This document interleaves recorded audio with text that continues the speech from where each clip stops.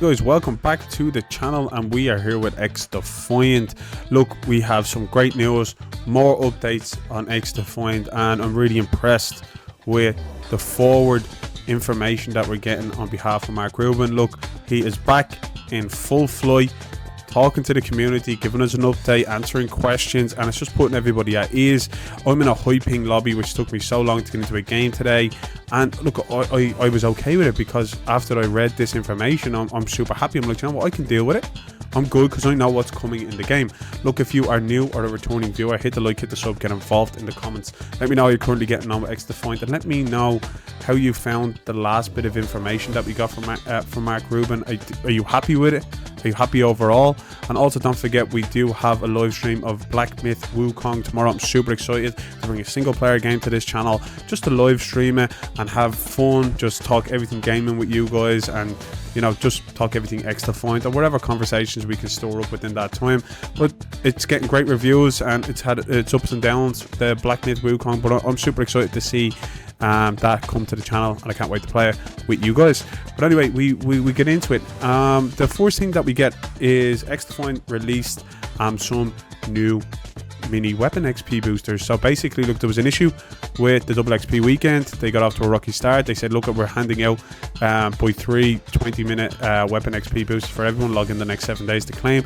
Nice way to kind of get the player back, which is a good thing. I think that is a nice gesture that they brought out. But there's also other information. Look, at the end of the day, I had my ups and downs with the double XP weekend as well. I had issues with hit reg, had issues with, you know, desync, I had issues with high ping. You've seen the last video, but the reason I stuck with it is because the information that we got, we also know that we got a restructuring within the Xdefiant team. There's new devs being added into it. We've also found out that, you know, Search and Destroy is just about done. All we have to work on now, and the team has to work on, is the spectating side of things and the kill cams. I don't think kill cams are coming to it, but there's more information. And near the end of this video, you're gonna like what I have to say and what I'm gonna bring to you. You might have seen it, but I'm happy to bring this. There is more information. There was questions asked just about what's going to be added to the game, and I thought these are really good, solid questions.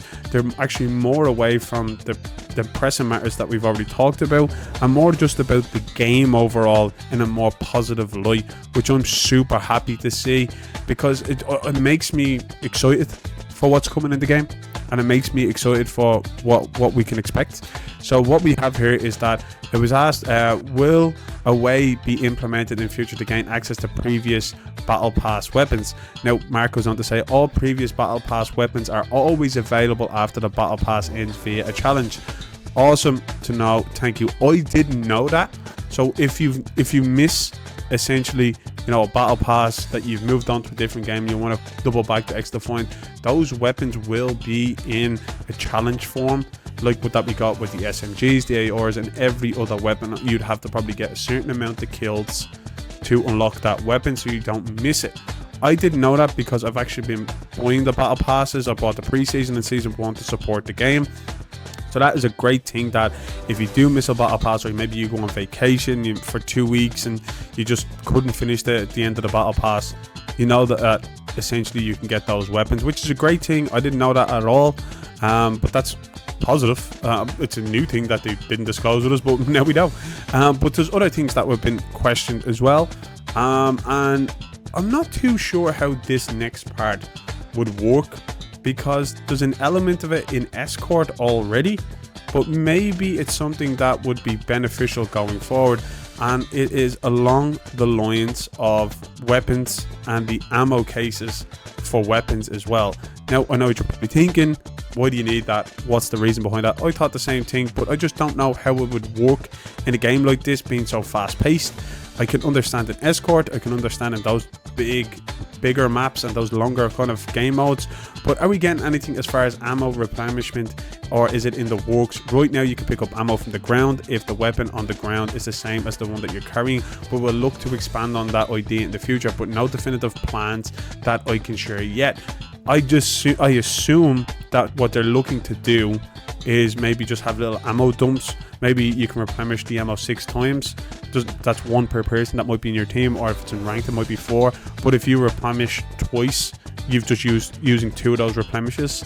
So I don't know if that would work maybe on capture the flag, maybe on domination. I don't know in a game like this would that work. I really don't, but look, it's something that they're working on when it comes to ammo. I don't know, maybe they're going to add in certain styles of ammo that you might be able to pick up on the map, whether like it's FMG or armor piercing might be a good thing, or something that maybe goes through the actual shield for a certain clip that you have. It might be a nice thing, but it seems like they can't share that, and so they've had ideas about the ammo in the game, which is pretty cool. I'm super happy with that, because we already have an element with the cleaners having fire damage, so they have elements in there that they could add in. Like maybe an alternative to the cleaners would be frost damage, which slows people down, or the gun slows down for the fire rate, or it freezes people. That'd be pretty cool, because at the end of the day it is an ability based game, and these are supposed to be like mini superheroes, so it'd be nice to see the changes in that, and that kind of sparked my curiosity how that would work. But I don't know, let me know your thoughts down below. We also get asked, and this is the big one, will we see any mid-season events like free camo challenges or skin challenges? We are doing some major rework to add more cosmetic grinds, and we have some really cool events coming in the future. Now, this is what caught my attention. I'm super happy to see this. The fact that we've all complained about nothing to do in the game outside of just the weapon camo grinds, outside of just doing the faction challenges, which personally I can't do because they don't track, as you already know. The original characters in the game, for me, the last character doesn't unlock because the challenges just don't track, and I really hope to get that fixed. But to see that we're getting camos and we're getting cosmetic challenges into the game, and they're working on it at the moment, is a huge thing. So like, maybe it's difficult to kind of say maybe some of the stuff that was already in the shop, because people have already purchased that, and then it's a shitty thing to do on the people who've added money to their account and purchased off the Xdefiant team, and then go, oh, but now you can just get 100 headshots and unlock it, but you charge someone maybe $10 to $15 or euros already. So hopefully they don't go down that route and give all their cosmetics out that people have paid for. I do think they should always be exclusive to those players, because they invested hard-earned money for those cosmetics. So maybe new cosmetics would be pretty cool. It'd be nice to see some more challenges in the game, and I think it would just bring a lot more to the game overall to grind for. The battle pass, as we know, can be a little bit tedious for the average player who only has a couple of hours a day, or maybe 2 hours after work. So if you have 6 and 7 hours to put into the game, great, you can grind the game all you want and get that battle pass done well before the time even exceeds. But there might be some people out there who only have an hour or two, and the battle pass just isn't worth the grind to put in to actually achieve the stuff that's in it. Or some people just might not find value in the battle pass. I personally think the battle pass is pretty okay. I'm okay with supporting the game, and adding my money into it is the only way that I'll support the game. I'm never buying a cosmetic from the store.